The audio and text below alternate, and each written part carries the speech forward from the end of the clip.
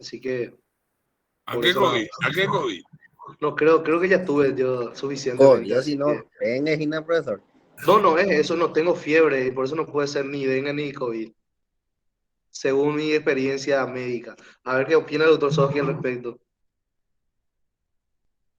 Es traicionero, es nuestro COVID. Ya quiere Pero consultar el profe. no, la Él verdad que cobra no quiero, igual, dice. no quiero más consultar. Y bueno, vamos a mirar un poco nuestro programa para dar inicio a esta lección, ¿verdad? Acá el programa nos pide hablar de la unidad 1. No creo que cambie esto. Voy a mirar un poco. Principio de razón suficiente, teoría del razonamiento correcto, principio de logicidad, principio dialéctico, de congruencia, verificabilidad, principio dispositivo, impulso procesal, ¿verdad? Entonces, voy a empezar hablando un poquitito de lo que ya hablamos en taller de jurisprudencia 1 en su momento. Ya habíamos abarcado lo que es lo que hace a los principios lógicos formales. ¿Se acuerdan de esos principios lógicos formales? El principio de razón suficiente, el principio de contradicción o no contradicción, de tercero excluido y el principio de identidad. ¿Se acuerdan más o menos de eso? Me imagino que se acuerdan porque tuvieron un trabajo práctico que les quitó canas ahí. Entonces, pienso que se acuerdan algo. Y me gustaría que podamos, este último semestre, hacer algo más interactivo, que no sea nada más una charla monótona de mi parte, y de tal manera que podamos participar e intercambiar ideas, posturas. Acá veo un viejo alumno que estaba antes ya conmigo, Iván Sosa Bauzá. Este era de la vieja guardia ya. Me da más, Iván. Hola, autor, ¿qué tal? Vos eras ¿Cómo estás? compañero de Gustavo, de Quique Cabrera, eso por ahí ya. De Manu Matosa, Gustavo Pereira, sí. Ah, entonces, más viejo todavía, ya me acuerdo. Casi dije Pereira, pero no quería fallar tanto. Había sido así 2018, 17. Sí, por ahí, autor. Ah, Volvimos bueno. ahora para Bueno, terminar ya. lo importante es que nuestra carrera es resistencia. Así que lo Así importante mismo. es concluir.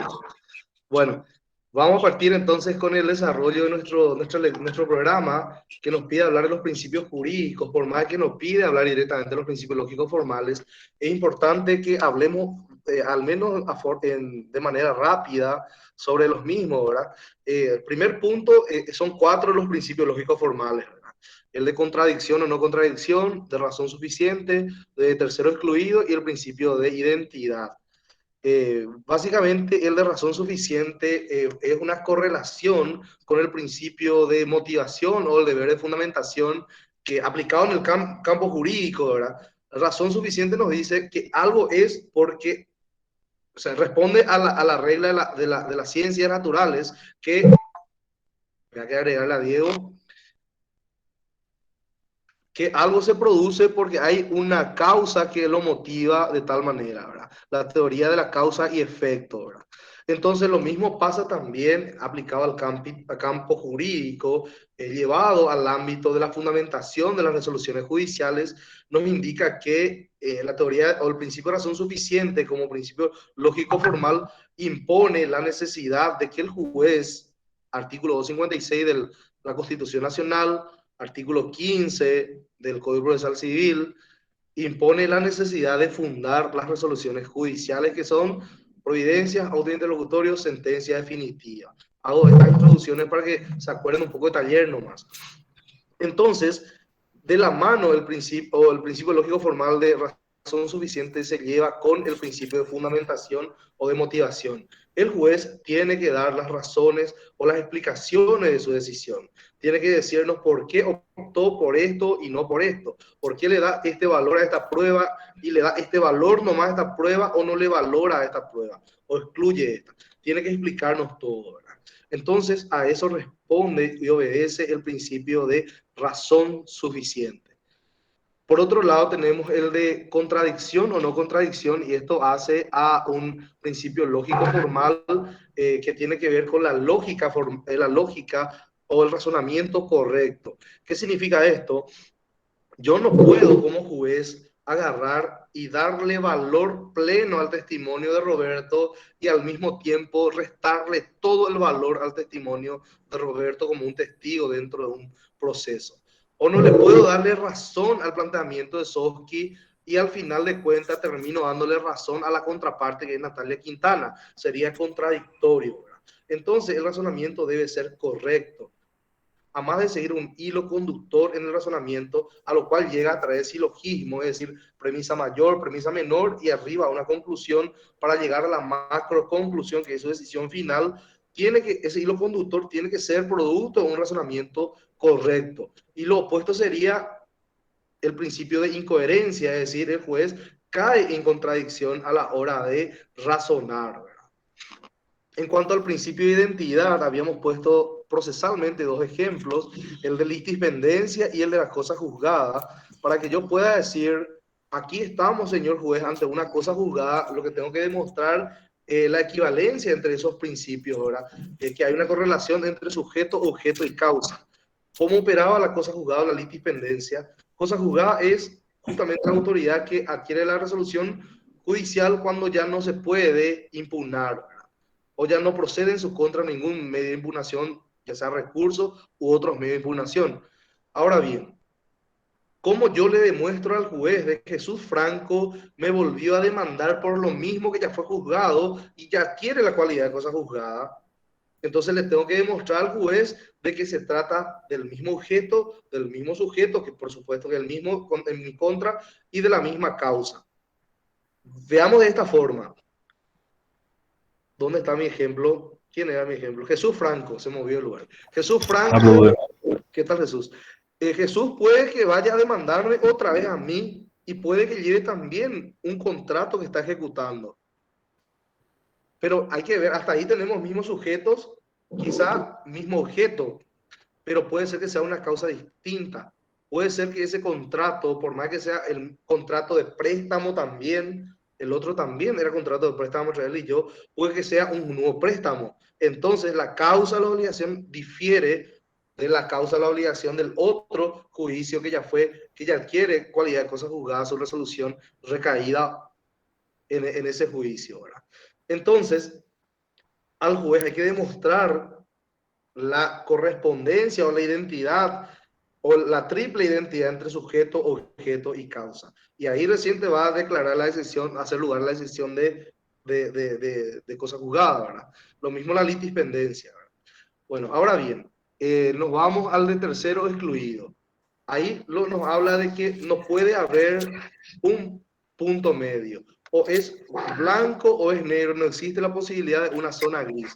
El juez no puede tomar una posición intermedia y decir en parte tiene razón Jesús, pero también en parte razón Sofsky. Su decisión tiene que ser firme, tiene que decir Jesús tiene razón porque las pruebas que se aportaron en el juicio demuestran de que su pretensión es tal. Y por lo tanto Sofsky no tiene sentido y se le condena a Sofsky a realizar algo o dejar de hacer algo o a dar una suma determinada. Bueno, entonces a eso se refiere al tercero excluido, que no hay una tercera opción. O es negativo o positivo, o es falso o es verdadero, no existe una posición intermedia ahí entre ellos, ¿verdad? Bueno, esto es a modo de introducción nada más para hablar un poco del principio de razón suficiente que sí pide el programa. Y ya hablamos, creo que hace también razón, hace relación a justamente lo que ya veníamos hablando, a la teoría de la fundamentación, ¿verdad? Sino que tiene que tener necesariamente una razón de ser. El principio de razón suficiente dice, aplicado en el ámbito jurídico, de que si el juez opta por algo o adopta una decisión, esta decisión debe estar fundada, debe estar motivada, tiene que estar justificada. ¿Y cómo se justifica? En la plataforma fáctica, que son los hechos, y en la plataforma normativa, que son las normas que deben estar vigentes y deben formar parte del ordenamiento jurídico paraguayo, ¿verdad? En cuanto a la teoría del razonamiento correcto, esto es una exigencia para todos los jueces de razonar correctamente a la hora de tomar una decisión.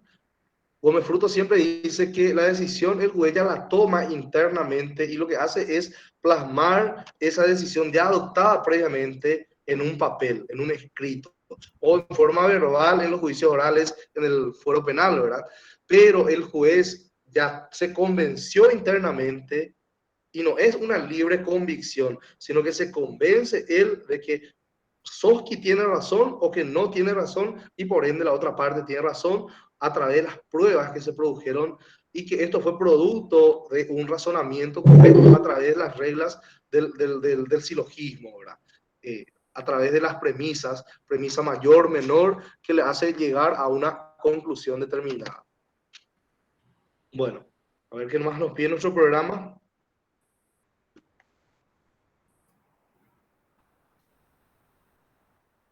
Bueno, el principio de logicidad, que es un principio cardinal también a la hora de tomar decisión por parte del juez, este principio responde o es un razonamiento judicial o todo razonamiento judicial debe estar acorde a los principios lógicos que ya mencionamos. El principio de identidad, el principio de contradicción o no contradicción, el principio de tercero excluido de razón suficiente y las leyes de la inferencia, ¿verdad? Pasa que los jueces para tomar decisiones pueden hacer la inferencia haciendo las deducciones lógicas de lo particular a lo general o de lo general a lo particular, ¿verdad? Entonces, lo que finalmente el juez hace es, justamente a través del razonamiento correcto, llega a una conclusión válida. Porque si el razonamiento es incorrecto o hay contradicción, evidentemente el resultado o la conclusión va a ser una conclusión errónea, ¿verdad?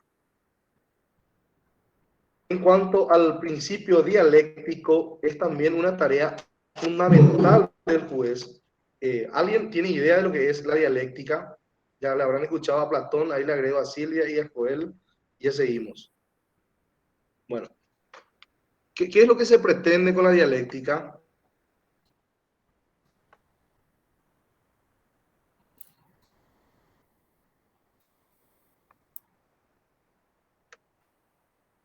Bueno, a través de la dialéctica, ¿qué es lo que hace? Se crean postulados, ¿verdad? A través de la dialéctica, ¿qué es lo que yo busco? Busco convencerle a alguien. La dialéctica justamente tiene como base a tesis que no son muy sólidas, digamos, ¿verdad? Sino que se diferencia justamente el razonamiento dialéctico del analítico que acabamos de ver. En el razonamiento analítico, este razonamiento reposa sobre la lógica formal. Acá no hay lugar a error. Si vos haces un correcto razonamiento, tu conclusión va a ser verdadera. Si tenés, por ejemplo, tus hechos y de estos hechos encuadrados en la norma te da este resultado y vos escogiste bien el hecho y la norma correcta, por lo tanto tu resultado va a ser correcto o tu conclusión, ¿verdad? En cambio, en el razonamiento dialéctico no pasa lo mismo. El razonamiento dialéctico se basa sobre premisas y generalmente son premisas débiles o blandas. ¿Qué significa esto? Que se basan en posturas, tesis, en opiniones. Yo agarro, ahora mismo quiero convencer a todos ustedes de que no existe el COVID y que todo es un invento y que es un problema psicológico nomás. ¿Y qué es lo que tengo que hacer? Y tengo que sentarme a exponer a ustedes hasta lograr convencerle a ustedes que son mi auditorio de que mi tesis, que no tiene un apoyo científico, es tal, para que ustedes salgan convencidos de esta clase. En cambio, si no hacemos un razonamiento analítico que viene de la lógica, vamos a recurrir primeramente probablemente a los estudios científicos, ¿verdad? Que tenemos un resultado que dice que existe el COVID. Por otro lado, vamos a ver de que el COVID mata. Y si nos creen, vayan a todos los cementerios y van a ver cuántos murieron de COVID, ¿verdad? Entonces, por un lado tenés premisas que son fuertes, que es el razonamiento analítico, que te permite hacer inferencia sobre justamente tesis que son duras y no son blandas, ¿verdad? En cambio, el razonamiento dialéctico se basa en opiniones, se basa en argumentaciones, ¿verdad? Lo que yo busco es estas premisas débiles de alguna forma sustentar a través de la argumentación y convencerle a todos ustedes como auditorio de que lo que yo estoy sosteniendo es tal y no lo que sostiene Soski, que es el médico, que viene con un razonamiento analítico, ¿verdad? Ahora bien, los que apoyan la vacuna y los que no apoyan la vacuna. claro, así mismo es Soski, pero en la vacuna vos tenés un grupo que está sostenido en método científico. Ellos hicieron su test, su estudio, pasaron tiempo haciendo los análisis y encontraron de que existe el virus y además de que existe el virus mata. Estos son sus síntomas. En cambio, en contrapartida tenés los que son anti-COVID que te dicen que no existe, pero ¿en qué se sustenta? En nada. Sencillamente dice que es una conspiración mundial, que se busca de alguna forma una disminución de la población mundial a través de esto, etcétera. Bueno, lo que sí que te inventan cosas, pero para convencerte tiene que tener una postura y una opinión súper sólida para tratar de convencer sin un respaldo científico. Profesor, En eso es que consiste el razonamiento dialéctico. A través de la dialéctica, yo trato de convencerle al auditorio de lo que estoy transmitiendo, estoy diciendo, es tal y no de otra manera. Eso pasa en los juicios orales, ¿verdad? Muchísimas veces nos vamos sin prueba y tenemos que hablar tan bien, tener una retórica, una oratoria perfecta, una elocuencia, de tal manera que podamos convencer a ese tribunal de que nuestro asistido es inocente, ¿verdad? O en contrapartida, el fiscal busca convencerle al tribunal de que Fermín, que está procesado, es culpable, ¿verdad? Y que corresponde a una condena tal. Entonces, en eso consiste el razonamiento dialéctico. Su postulado se sienta sobre tesis que son blandas, ¿verdad? O premisas débiles, en contrapartida del razonamiento analítico, que está basado en razonamientos lógicos, que tiene un sustento científico, producto de una investigación científica, que tiene sus métodos, que le hace arribar a unas conclusiones. Tampoco podríamos decir que la ciencia es la verdad absoluta, porque nadie sabe cuál es la verdad, pero al menos a través de ciertos métodos le arroja este resultado y es lo último que se tiene, hasta tanto que aparezca un nuevo postulado, ¿verdad? A través de un nuevo método. Clara María Paulina. sí, profesor, ya me respondiste lo que te iba a decir. En la dialéctica es a base de argumentos nada más. O sea, vos necesitas tener alguna prueba fidedigna de que eso es así. Solamente con tus palabras puedes decir lo que quieras y la gente te cree, depende a lo bien que vos te expresas. Así mismo, o sea que la dialéctica pues se basa justamente en opiniones, ¿verdad? La opinión está sustentada en premisas débiles y lo que yo tengo que hacer es buscar más y más premisas. Recurro para eso a la dialéctica, a la retórica, ¿verdad?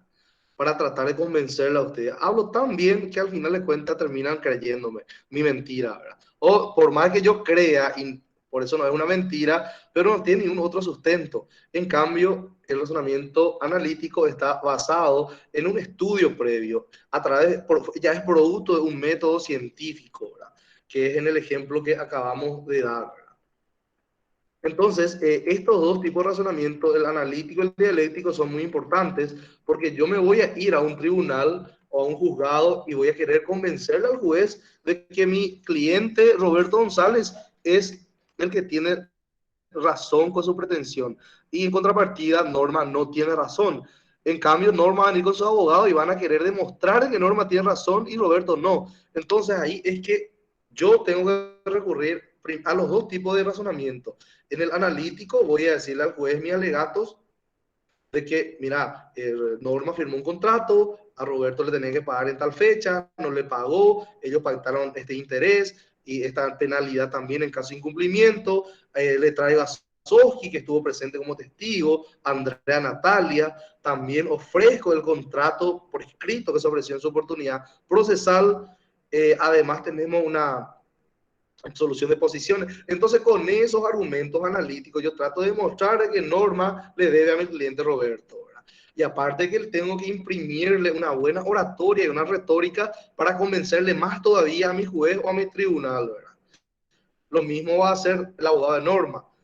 Entonces, al final de cuentas, el juez se va a convencer teniendo en cuenta tanto el razonamiento analítico como el razonamiento dialéctico. Evidentemente, independientemente de eso, el juez es el que tiene que juzgar, él tiene que hacer su propio razonamiento también.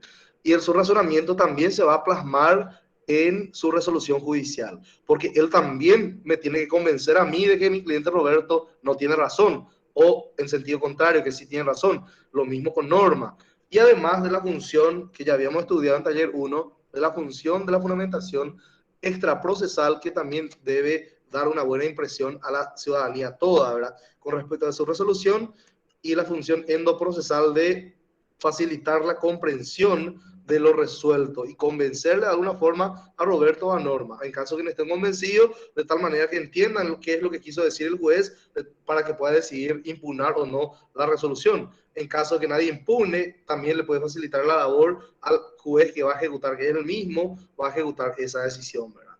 Entonces, por eso es muy importante el razonamiento dialéctico. Por la dialéctica y el razonamiento analítico, yo voy a buscar convencerle al juez dentro de un proceso. Y el juez también aplica a la hora de dictar una resolución. Tiene que convencer primero a las partes y luego puede convencer a un superior jerárquico o eventualmente va a buscar convencer a la ciudadanía toda, que es la ciudadanía es contralor, digamos, del funcionamiento o del comportamiento del órgano jurisdiccional. ¿Estamos bien hasta ahí? Profe, esta parte del analítico es similar a lo de la fundamentación como justificación, ¿verdad? Claro, lo que pasa es que todo esto se verifica luego dentro de la fundamentación, ¿verdad? El juez, al hacer su fundamentación, la fundamentación no se constituye con citar normas, artículos tal del Código Civil y los hechos, sino que eso forma, el hecho es tu relato nada más. Lo que vos tenés que hacer es hablar esos hechos. Este es mi hecho. Fermín planteó esto y las pruebas que Fermín me propuso me convenció de que Sofsky le debe a Norma. Aparte de lo que dijo Fermín, viene también, hay un documento que también demuestra que la firma obrante del documento es de Sofsky. Además vienen los testigos fulano y fulano y también ese relato que vos estás haciendo como juez, ese es el fundamento de la decisión. Y al hacer eso está haciendo un razonamiento analítico, está recurriendo a la lógica formal, porque está diciendo, acá tengo mi hecho y se encuadra dentro de este derecho y tengo esta conclusión. ¿Cómo arriba esto? Porque a través del testimonio de fulano que me da este resultado. Este fue apoyado por el testimonio de esto, que a su vez apoyan lo que está sentado en el papel, aparte de una pericia que nos dice que el documento no es apócrifo, no es falsificado, sino que es auténtico y la firma obrante le corresponde al demandado. Por ejemplo, ¿verdad? Por supuesto, todo eso forma parte del paquete de la fundamentación. Y dentro de eso, ¿dónde cumple el rol la dialéctica? En buscar convencerme a mí de la decisión del juez. Evidentemente, llevado al ámbito del abogado que va a querer convencerle al juez o tribunal, pero el juez también recurre a estos principios para convencer a las partes a la alzada y eventualmente dar una buena impresión a la ciudadanía toda, ¿verdad? ¿Está bien? No sé quién fue la que comentó. Sí, profe, está bien. Bueno, el otro punto que nos pide el programa es el principio de congruencia. Creo que esto a ustedes ya les queda muy claro, así que no sé si valga la pena detenernos en esto, pero por de pronto vamos a hacer un pequeño, vamos a rememorar un poquitito para tratar de tener bien en la cabeza y refrescar un poquitito la memoria, ¿verdad? El principio de congruencia hay que empezar diciéndolo de que no es lo mismo que el principio de coherencia. ¿Qué significa esto? El principio de congruencia hace a un factor externo de la resolución judicial. En cambio, la coherencia hace a un elemento interno de la resolución judicial. La coherencia tiene que ver con el principio de no contradicción, el principio lógico formal. En cambio, la congruencia tiene que ver con un aspecto ya que se puede visualizar con la sola lectura de la resolución, ¿verdad? Vos te das cuenta que al hacer un análisis y una resolución es congruente o no. ¿Qué es lo que estamos diciendo? Queremos saber si el juez resolvió conforme a lo peticionado por las partes nomás. Si queremos saber que es incongruente, no tiene nada que ver con la petición, sino que tiene que ver si el juez razonó bien o no, si no se contradijo en su resolución. ¿Se entiende? Uno tiene que ver con el razonamiento del juez, que es algo interno, y otro tiene que ver con la decisión que adopta el juez, si es conforme a lo peticionado por las partes. Entonces, de lo que manifiesto puedo decir de que el principio de congruencia es la correlación, correspondencia o la equivalencia que debe haber entre lo que me plantean y entre lo que resuelvo como juez. No puedo dar ni más ni menos, ni mucho menos dar cuestiones que no fue objeto de pretensión o de planteamiento, ¿verdad? En otra palabra, podemos decir que Roberto como demandante pide 5 cosas en su demanda y Rubén Soski como juez tiene que expedirse sobre las 5 pretensiones. Evidentemente puede expedirse haciendo lugar o no haciendo lugar, total o parcialmente, pero tiene la obligación como juez de expedirse. No puede decir hacemos lugar a la petición número 1, 2 y 3 y omite pronunciarse sobre el 4 y el 5. Entonces, en ese caso estaríamos ante una sentencia con un vicio citra petita. Citra petita, recuerden bien, ¿verdad? Ya se acuerdan luego bien cuando hicieron el rasgo práctico, ¿verdad? ¿Qué pasa si en el mismo ejemplo él pide 5 cosas, pero el juez le da una cosa que no pidió? Entonces estamos ahí en una sentencia extra petita, ¿verdad? Porque le dio algo que no pidió. Le dio todo lo que pidió y aparte le dio algo más también, ¿verdad? Y ultra sería en el caso de justamente dar más de lo peticionado. Por ejemplo, generalmente se calcula esto en cuestiones monetarias, ¿verdad? Él pide 500 millones como una indemnización, ya sea por el rubro de daño emergente, y el juez le da 700 millones. El juez le puede dar un poquitito menos porque se justificó en juicio que lo que correspondía era 200 millones nomás, que fue el verdadero daño o el lucro que él dejó de percibir con los documentos que se acreditó en juicio. Pero no puede agarrar y darle 700 porque ahí se estaría extralimitando, ¿verdad? Entonces, esos son los casos en donde puede verificarse el vicio de incongruencia, ultra, citra y extra petita. Creo que Profe, esto sí. profe, el ultra es solo cuando se trata de dinero. No, y por lo general tiene que ver con cuestiones monetarias, ¿verdad? Vos estás pidiendo algo, por ejemplo, un monto determinado y te termina dando más, porque extra petita hace a rubro distinto, ¿verdad? Un ratito acá voy a responderle a tus compañeros antes de olvidarme. No entiendo inconveniente de Educa, dice. ¿Cuántos son los delegados? Están por ahí. 8 son en total, ¿verdad? Miércoles. Esta se va a enojar cuando le envíe a la profesora. Profesor, es todos los que aparentemente tienen inconveniente. Gracias. Le dije una persona, pero aparecieron 8 personas. Bueno, estamos en Paraguay. Bueno, siguiendo un poquitito, yo sé que no es culpa de ustedes, disculpen mi término y mi enojo también. Buenas tardes, profesor. Sí.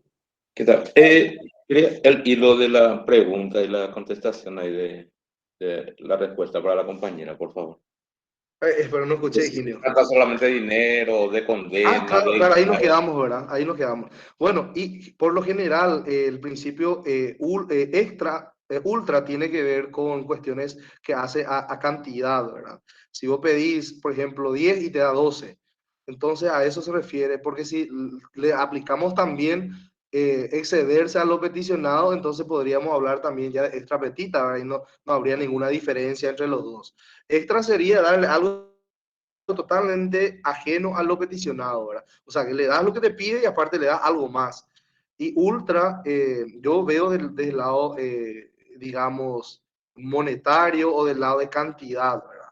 En cuanto a, por ejemplo, generalmente, pues, en el derecho civil, cuando no se puede hacer la reparación directa de lo peticionado, se recurre a la solución indirecta, que es la indemnización por daño y perjuicio, ¿verdad? Que es la reparación indirecta.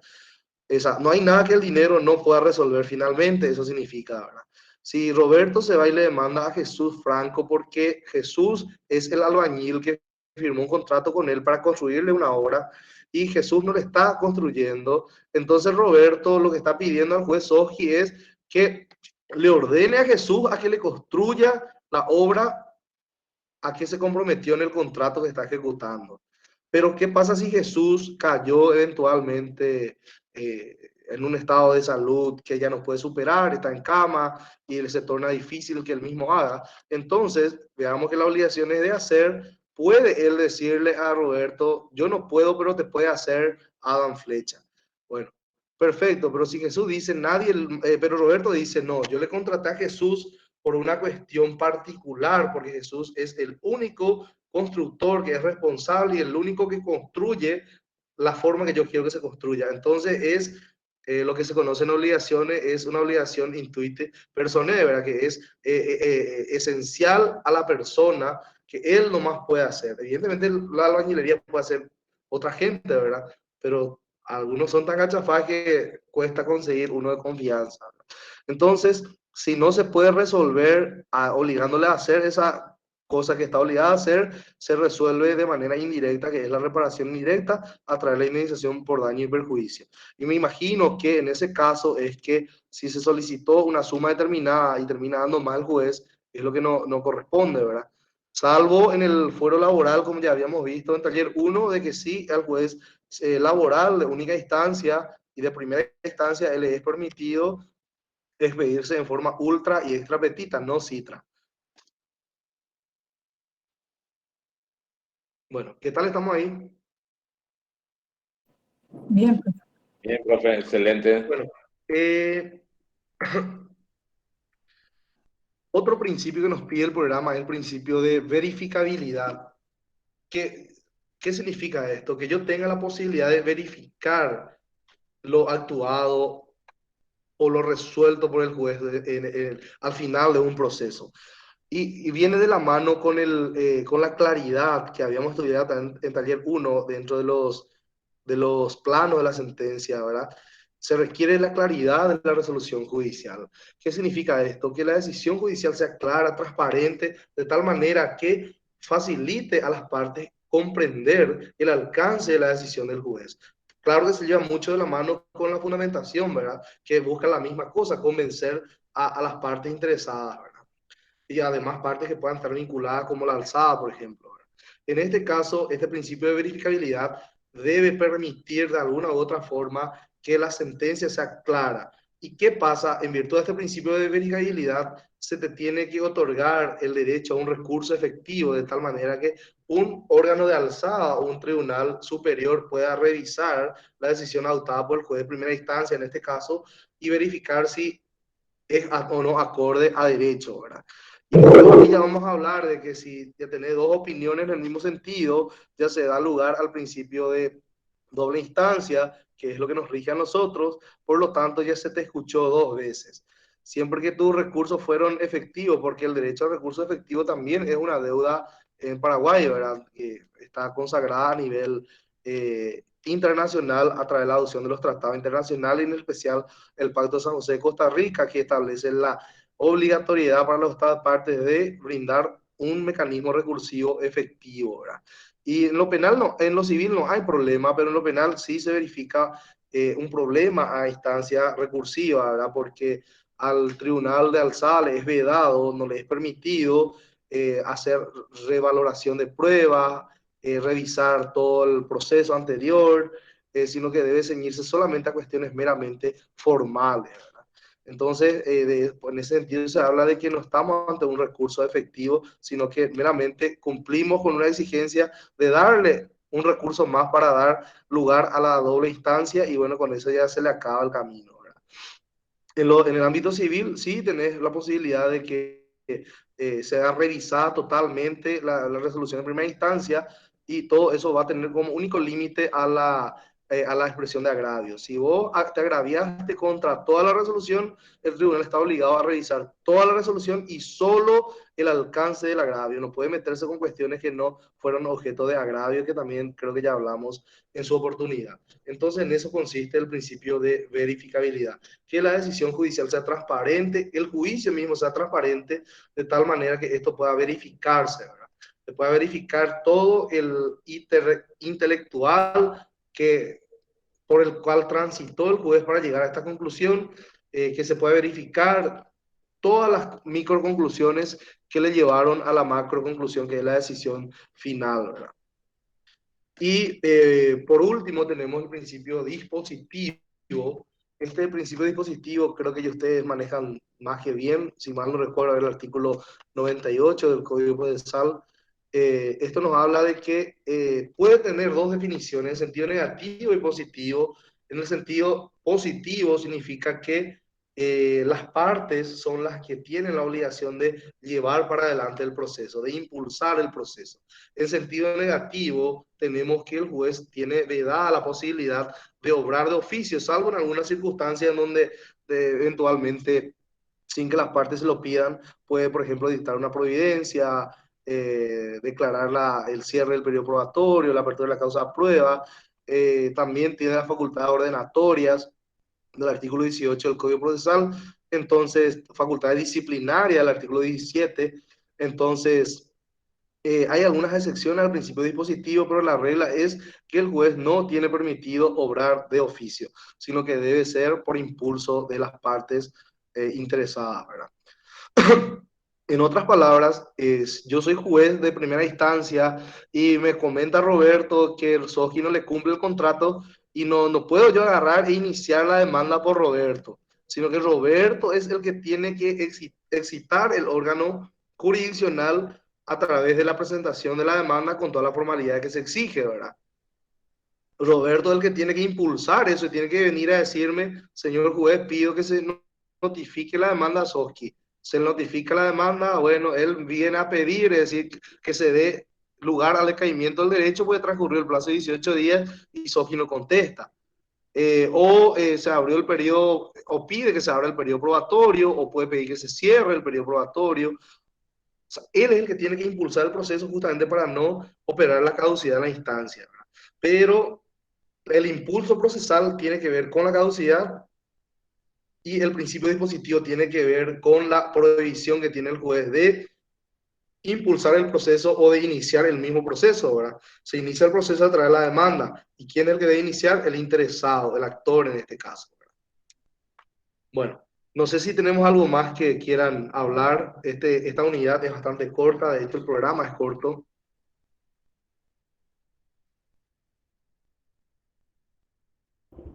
Y por ahora no sé muy bien Ahora explicado. está bien.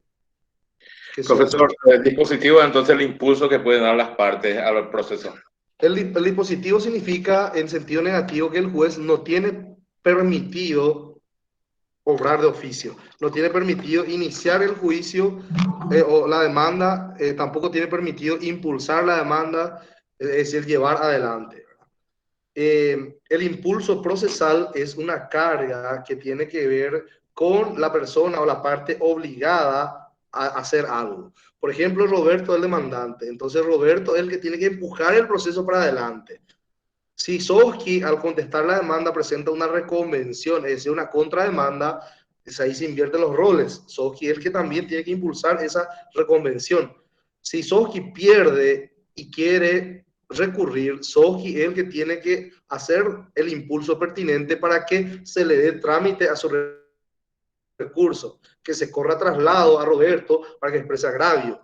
Si Roberto no expresa agravio y transcurre el plazo y le diga, señores miembro del Tribunal de Apelación, pido que se dé por decaído el derecho de Roberto, ya que transcurrió el plazo, y que se siga con la siguiente etapa, si hay algo que probar, si hay hechos nuevos, etcétera, ¿verdad? O que finalmente pida que se dicte sentencia. O sea, él tiene que empujar para adelante en ese caso. O sea, que de acuerdo al rol que vos asuma dentro de un proceso, tenés la obligación de empujar. Si mi rol va a ser solamente pasivo, es decir, demandado nomás, no voy a presentar excepciones, no voy a incidentar, no voy a recurrir nada, entonces no tengo por qué impulsar nada. Solo Roberto va a impulsar. Pero si Roberto plantea la demanda, él tiene que impulsar para que se notifique la demanda. Si se notifica la demanda y yo presento excepciones, presento, no sé, reconvención de la demanda, entonces también estoy asumiendo el rol de él, por lo tanto estoy obligado a impulsar en la parte que a mí me corresponde. Si cualquiera de las partes decide impugnar, esa es la parte que está obligada a impulsar el proceso, so pena de declararse la caducidad de instancia, ya sea de oficio o a petición de la otra parte. Gracias, profesor. Bueno, ¿algo más que quieran aportar?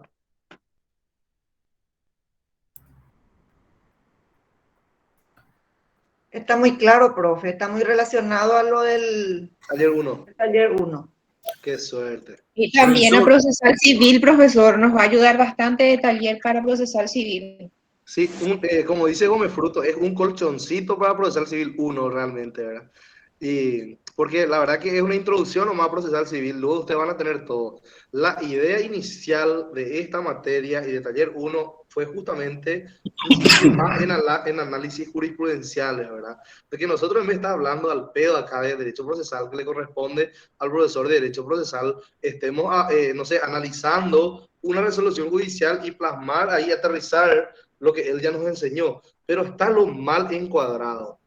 No podés tener taller 1 y después tener procesal civil 1, ¿verdad? O sea, tiene que ser en forma concomitante o posterior, porque lo que vos primero haces es aterrizar la teoría en la práctica, no hacer de revés. Entonces, el programa está mal diseñado, porque si ustedes miran este programa a nivel Mercosur, solamente tiene análisis de resoluciones judiciales del fuero tal, del fuero tal, del fuero tal, y terminó ahí. No tiene nada de teoría. Evidentemente, para rememorar podemos hacer algunos conceptos, algunos plazos, etcétera, pero el 70 o el 90% tiene que ser análisis de resoluciones judiciales, ¿verdad? Profesor, entonces nosotros vamos a tener clases los martes nomás a las 14 horas. Eso es lo que yo entiendo, ¿verdad? Porque así fue el horario del año pasado. A mí no me notificó todavía formalmente la facultad respecto a esta materia, pero no obstante, ya iniciamos, ya damos cumplimiento nosotros para poder seguir adelante, ¿verdad? Para no perder un día de clase. Hoy Perfecto. se reúne el consejo y ahí vamos a definir cómo sigue todo.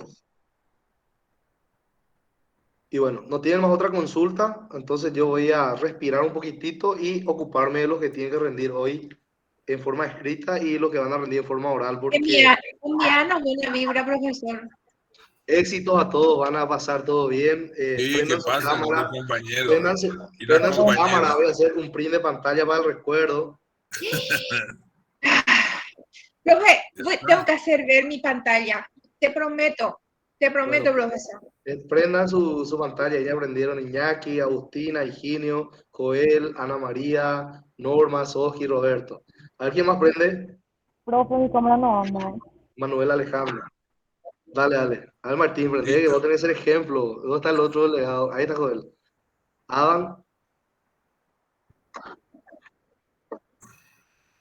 Voy a tomar un print de pantalla a la cuenta de 3. 1, 2 y 3. Ok. Envíanos, profesor, para poner en Vamos a el ayudar a estado. los compañeros que tienen que rendir. Profe, Chao, chao. es mi cumpleaños. Espero regalos. Doctor, Buenísimo. buenas tardes, muchísimas gracias. Doctor, todo por Andrés. Educa otra vez este semestre. Yo creo que sí, porque el año pasado fue así y vamos a ver cómo encaramos. Excelente, doctor. Muchísimas gracias. Sí.